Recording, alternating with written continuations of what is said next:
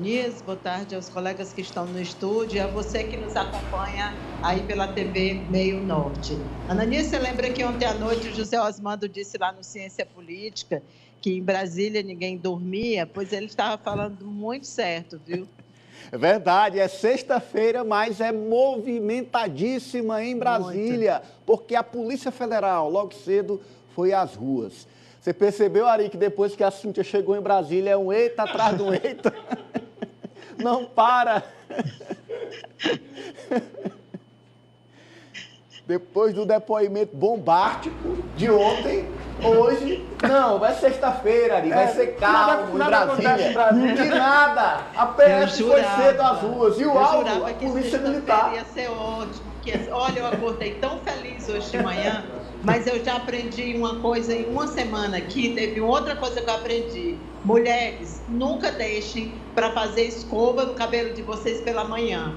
Tem que fazer na noite anterior, entendeu? Porque eu deixei para fazer hoje de manhã e era fazendo a escova e atualizando as informações para o Bom Dia Meio Norte sobre a operação da Polícia Federal. Operação em Fúria. O nome da operação é em Fúria, mas aqui a gente acordou em Fúria também.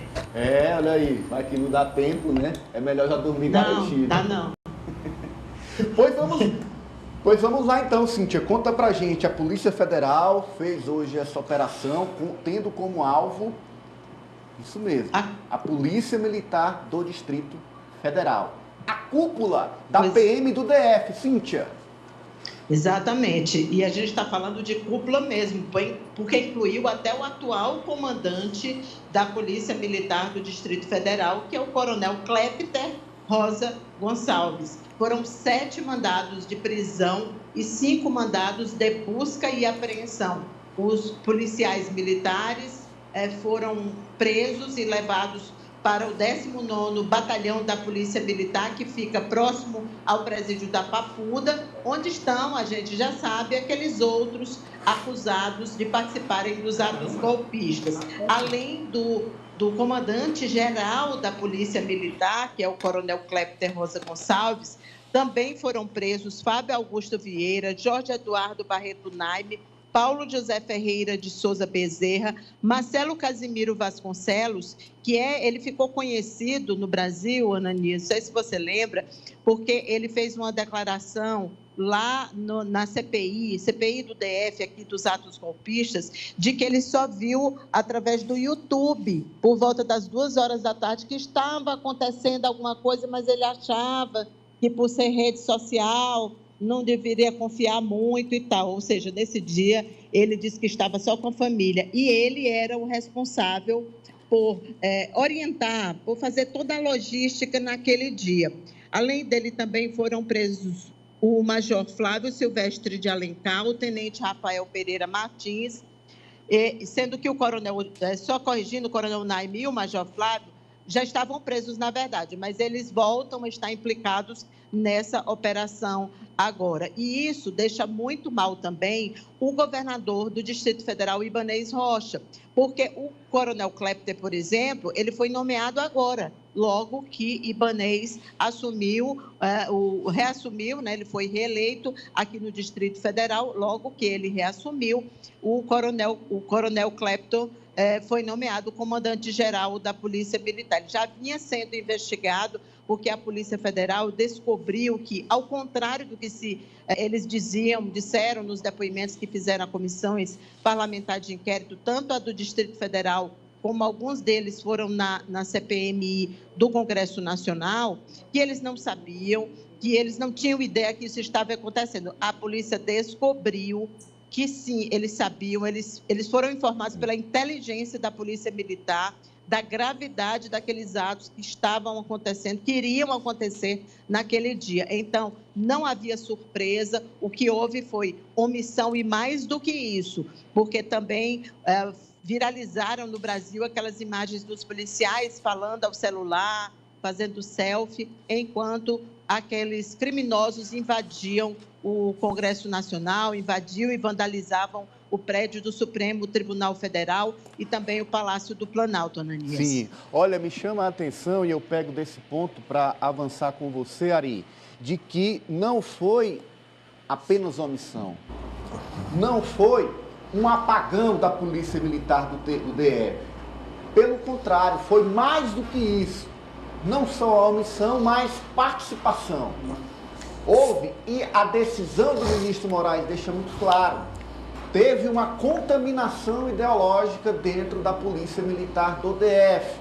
Essa contaminação é vista nos registros de mensagens dos policiais militares, inclusive dos comandantes, apontando conivência com tudo que estava sendo organizado para o 8 de janeiro, o que deixa muito claro a partir dessa operação que leva um comando, gente. São os comandantes da PM do DF para a cadeia. Ari?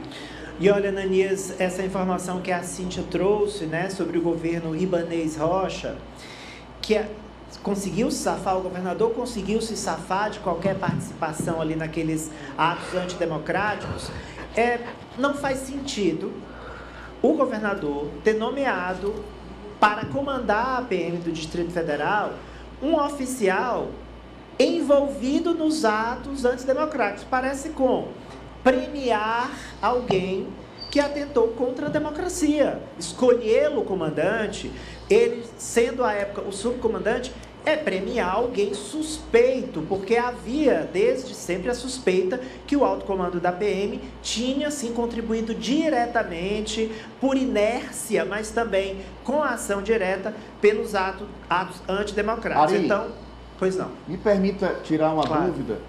Quando da nomeação do atual comandante da PM do DF, que foi preso hoje, sim, na época dos ataques ele era subcomandante. Isso. Essa nomeação, se eu não me engano, Cíntia, e o Ari pode me confirmar também, o governador Ibanez estava afastado, não? O governador passou por aquele período de intervenção, né, que houve, inclusive ficou o Ricardo Capelli, que é o número 2 do Ministério da Justiça, e ele foi nomeado pelo Ibanez. Ele foi reconduzido ao cargo de comandante da Polícia Militar aqui do Distrito Federal, mesmo já sendo alvo de investigações. Tanto que hoje essa operação ela foi toda acompanhada pela ouvidoria, ou melhor dizendo, pela Corregedoria da Polícia Militar, exatamente porque essa Corregedoria já vinha acompanhando. E é tão grave a participação do Coronel Klepter, inclusive ele teve celulares também apreendidos, tá, e veículos, e estão pedindo também o pagamento de cerca de 20 milhões de reais, porque são bens que estão avaliados, os bens desses que foram presos hoje e foram alvos de mandado de busca e apreensão. Sim. Mas o coronel foi flagrado numa troca de WhatsApp, mensagem de WhatsApp, em que eles faziam... Ele disse que é uma brincadeira, que foi uma brincadeira, mas dizia assim, deixa invadir.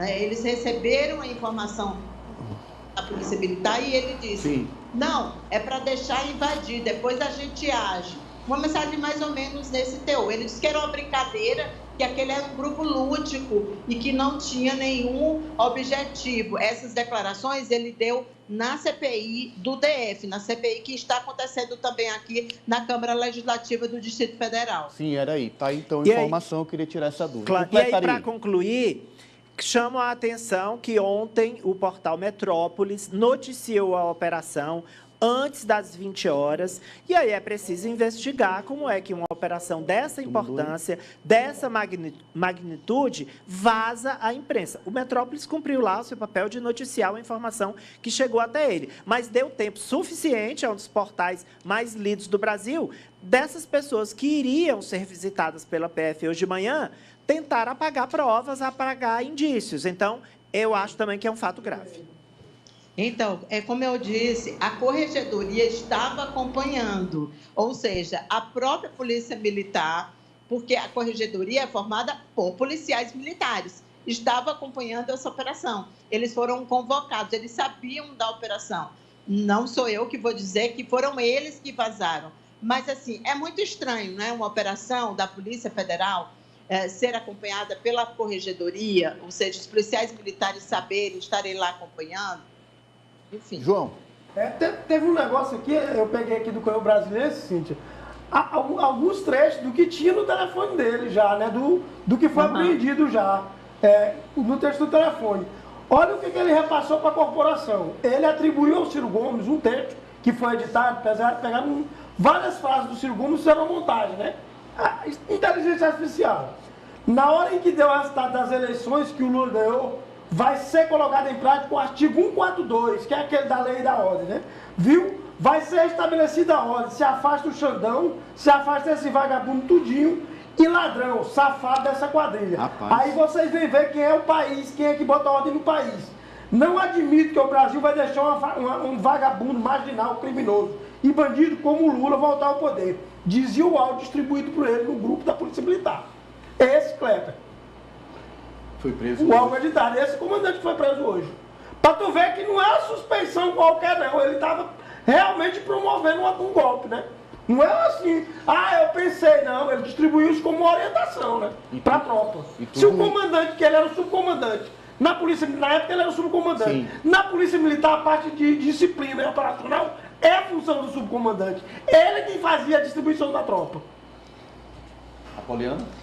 Ananias, acho que essas prisões que foram realizadas hoje, sempre que tem prisão, tem coleta de prova e dá para você andar mais no assunto, mas também ajuda a culminar em tudo aquilo que a gente viu no 8 de janeiro, porque estava muito claro de que houve essa falta de reforço na segurança do Distrito Federal, o que facilitou a ação daqueles indivíduos que se organizaram, planejaram, foram financiados para invadir os prédios dos 3 poderes. Então, a operação deixa claro, houve conivência, a Polícia Federal vai seguir investigando o papel de cada um desses indivíduos no que aconteceu no dia 8 de janeiro para permitir que se chegasse até o ponto que chegou e, felizmente, a nossa democracia resistiu fortemente a todos os ataques daquele dia e o que já tinha acontecido antes, então, só culmina. Então, deixa bem claro, passando o recibo de que houve, de fato, conivência da Polícia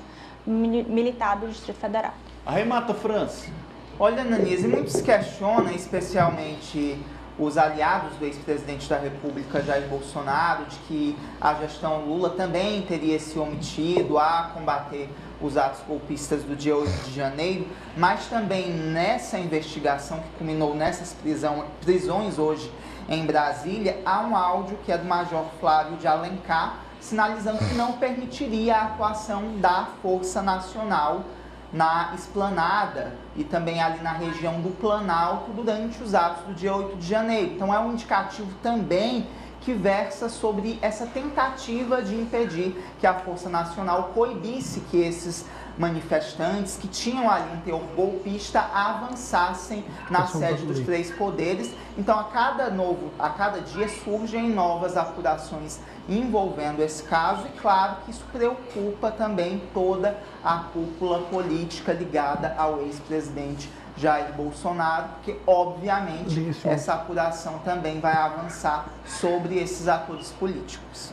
Muito bem, olha, a Procuradoria-Geral da República encontrou, de fato, indícios na investigação de que os militares não só foram coniventes, mas estimularam, apoiaram, tiveram participação no que a gente viu no 8 de janeiro. Esta parte da Polícia Militar do Distrito Federal que está, portanto, agora sendo alvo desta operação. É claro que as imagens já apontavam para esse caminho, agora a investigação robusta, com esses dados de conversas em celulares, em grupos de membros da Polícia Militar do DF, reforçam e, claro, a investigação vai avançar no intuito de punir quem atentou contra a democracia. Agora, outro fato importante em Brasília, de hoje, a Cíntia cobriu a posse do novo presidente do IBGE. Olha, tem a posse e tem um capítulo à parte, Cíntia, a participação da ministra Simone Tebet. Conta tudo pra gente. Pois é, antes da gente entrar na posse, que reuniu o presidente Lula, o vice-presidente Geraldo Alckmin, a própria ministra Simone Tebet e vários ministros, sobretudo os ministros petistas, estavam lá, o Alexandre Padilha, o ministro Wellington Dias, já que o Márcio Pockmann é um economista muito ligado ao Partido dos Trabalhadores.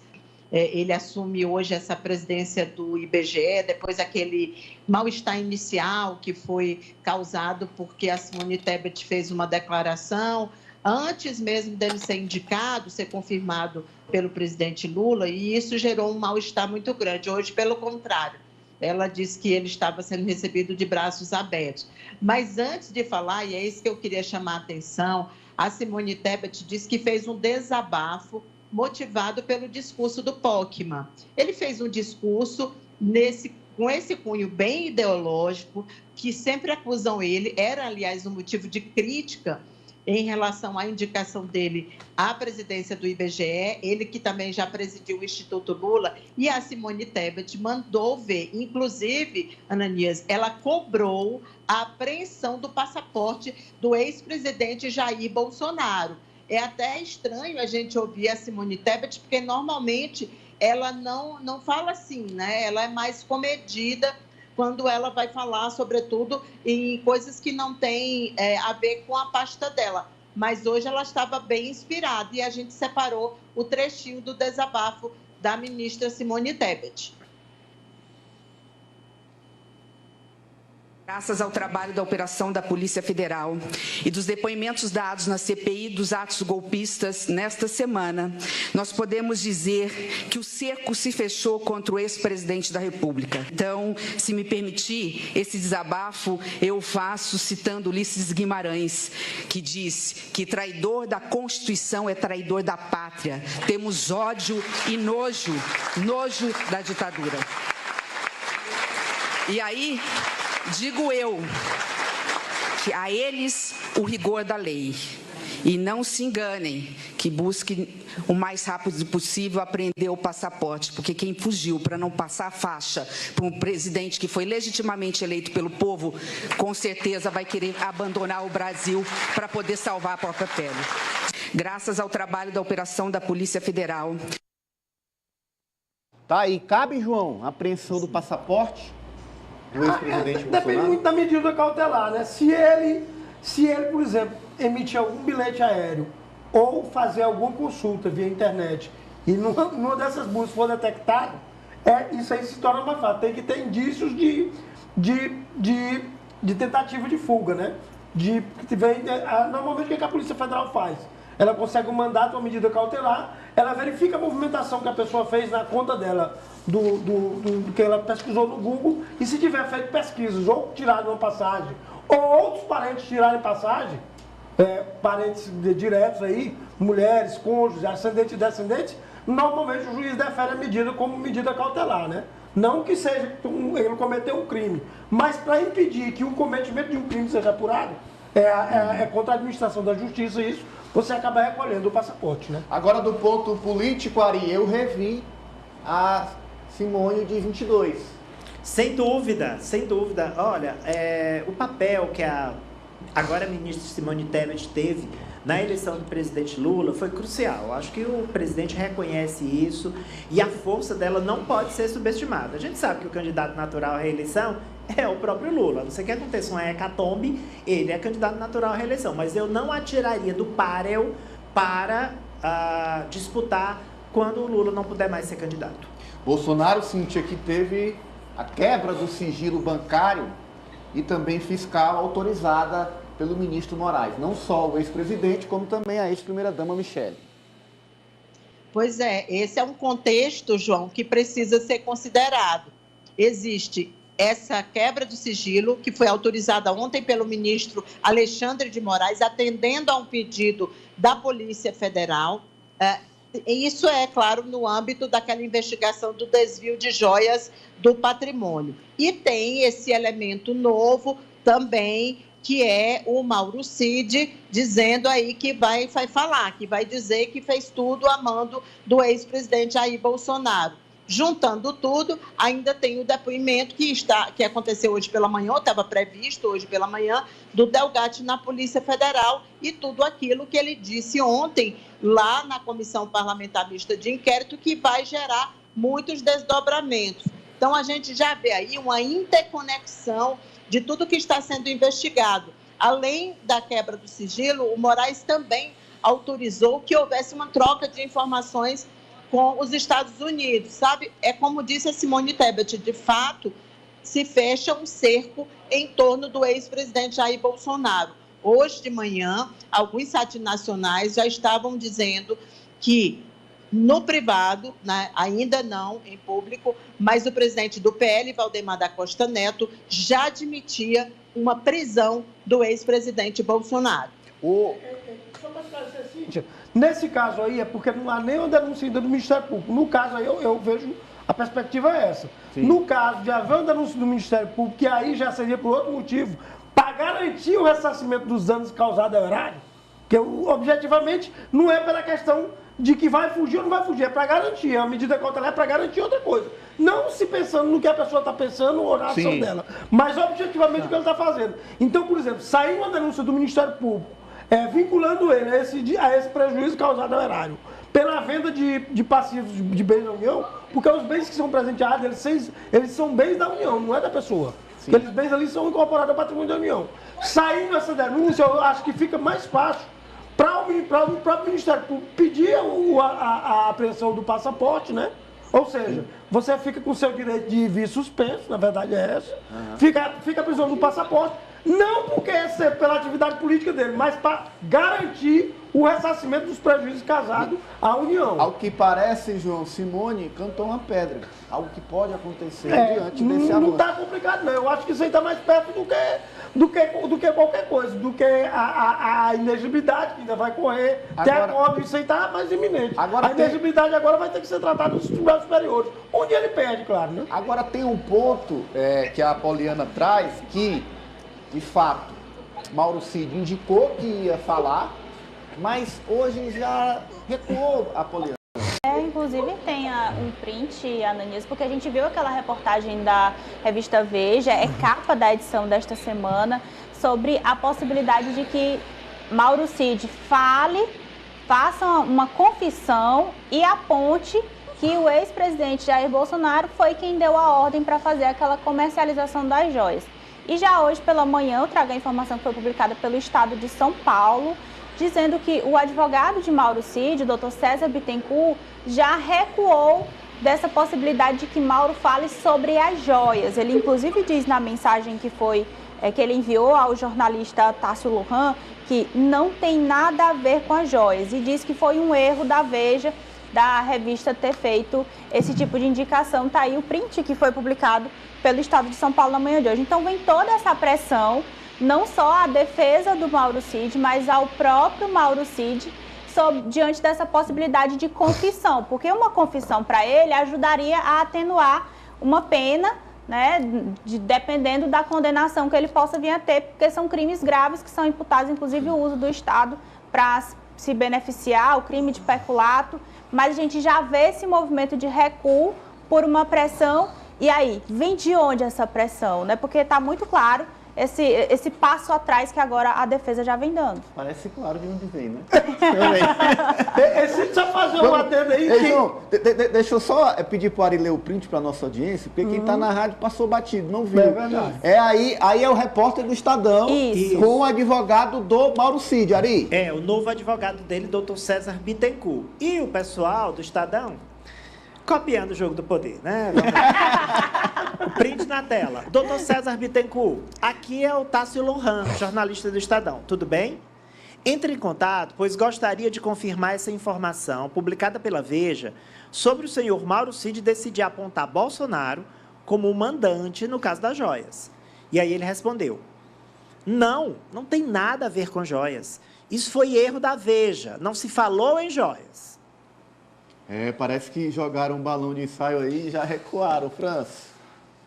Olha, o Mauro Cid, ele está numa sinuca de bico, porque ao mesmo tempo em que ele fica em silêncio, as investigações também avançam sobre a sua família. E quando mexe com a família, nós sabemos bem que a questão é bem diferente. Tanto que não só o pai dele, o Lorena, mas também a esposa dele, a Gabriela Cid, tem sido alvo das investigações, tanto que podem ser convocados também pela CPMI do 8 de janeiro, já sobre as declarações da Simone Tebet. Do ponto de vista político, eu não acho positivo para o grupo ligado ao atual presidente Lula que haja essa apreensão do passaporte de Jair Bolsonaro, porque, ao meu ver, Ananias, ele vai adotar a mesma estratégia que o Donald Trump está adotando nos Estados Unidos, de se vitimizar, de se colocar como um perseguido. Claro que essa questão de apreender ou não é uma questão da polícia, da justiça, mas do ponto de vista político, se eu estivesse do lado do presidente Lula, eu não defenderia com tanta veemência essa apreensão. Lembrando que foi em menos de 24 horas que a primeira declaração foi do advogado dizendo, olha, Mauro Cid vai apontar Bolsonaro como mandante. E aí, menos de 24 horas depois, ele diz, não tem nada a ver com as joias, é outra coisa. Não, Cíntia. E é bom lembrar que o ex-presidente Bolsonaro disse ao repórter Túlio Amâncio, da Band Brasília, o seguinte, sobre uma possível declaração de Mauro Cid incriminando ele. Não, ele está preso há tanto tempo que eu acho que ele é capaz de dizer qualquer coisa para se safar. Ou seja, ele já estava ali engendrando um discurso de defesa, já prevendo que ele pode, sim, incriminar o ex-presidente. Arremata, Cíntia. Hoje pela manhã, no depoimento do Delgatti, ele teria apresentado um áudio que incrimina a deputada federal Carla Zambelli. E se realmente isso se confirmar, significa que, nesse novo depoimento, ele levou provas que ele não tinha levado no primeiro depoimento à Polícia Federal. A deputada Carla Zambelli está internada em um hospital aqui em Brasília. Segundo a assessoria, ela está se recuperando de uma diverticulite. Em relação ao ex-presidente Bolsonaro, hoje, vários ministros que estavam lá na posse do Pocma também têm esse mesmo pensamento da Simone Tebet. Mas eu achei algo a ser observado, que eles não se manifestaram, inclusive o presidente Lula não falou na posse, o ministro Alexandre Padilha também não falou com os jornalistas, e o único que falou sobre a situação do Bolsonaro foi o senador Randolfo Rodrigues, repetindo o que ele já havia dito, que Bolsonaro poderia pegar, segundo ele, os crimes até o momento imputados, uma pena de 18 anos de prisão. Acho que o Delgatti quer uma delação, né? Depois do que ele falou ontem na CPI e ele conseguindo provar, é bombástico e, de fato, entrega. É pessoas do alto escalão, o que garante uma delação para ele. João, tenho que avançar, mas... Só no último ponto aí, hoje um dos grandes pontos lá que foi criticado também, Cíntia, era o fato dele, do Pocma ter sido presidente do Instituto Lula e presidente da Fundação Passeio Abramo, que é um braço educativo, vamos dizer, educacional do Partido dos Trabalhadores. Mas esquece também que ele foi presidente do IPE, né? Instituto de Pesquisas Econômicas e Aplicadas. Quer dizer, ele é um técnico reconhecido na área já, né? É muito mais um discurso de desconstrução do que uma realidade da não competência dele para ocupar o cargo, né? É discurso que não colou e o presidente Lula bancou, né? E a Simone foi falar porque ele é ligado ao IPE, tanto o IPE como o IBGE é ligado ao Ministério do Planejamento, né? É isso. Olha, Cíntia, e teve um desbloqueaço nas redes sociais. Explica pra gente. Pois é, isso estava sendo muito esperado e, inclusive, foi bem comemorado no dia de hoje. Desbloquear-se é o seguinte, o governo federal anunciou que está desbloqueando no dia de hoje cerca de 3 mil perfis de redes sociais que estavam bloqueados por órgãos do então governo Jair Bolsonaro. São perfis de redes diversos, de ministérios, de outros órgãos ligados ao ex-presidente Jair Bolsonaro. Só não foram desbloqueados aqueles que tinham sido bloqueados pelo presidente Bolsonaro no Twitter dele, porque embora o Twitter dele funcionasse como uma fonte de comunicação oficial, ela não era regulamentada, ele não era regulamentado como essa fonte oficial. Então, no dia de hoje, principalmente jornalistas puderam ter seus perfis aí de volta, liberados para acessar a comunicação pública do governo através de todas as fontes, que são as redes sociais, e a gente sabe que são fontes muito importantes, né? Eu queria até fazer aqui um relato pessoal, que eu particularmente fico muito feliz com essa decisão de hoje, porque foi objeto de estudo do meu mestrado, exatamente o bloqueio. E organismos internacionais consideram bloqueios de jornalistas, de cientistas, de políticos, enfim, bloqueios por agentes públicos em redes sociais como um cerceamento à liberdade de expressão. E o Brasil ainda precisa regulamentar essa questão, porque as redes que são ocupadas hoje pelo presidente Lula não são consideradas oficiais. Então, se o presidente Lula decidir bloquear um jornalista, certamente a questão vai ser judicializada, como foi no caso do Bolsonaro, onde ainda existem 6 ações no Supremo Tribunal Federal, Ananias. É isso, olha, um perfil oficial bloquear um jornalista, não tem outro nome não, é cerceamento mesmo da informação. Obrigado, Cíntia, bom fim de semana, até a próxima. Abraço. Muito bem, olha, atenção de seu Arco Verde, atenção por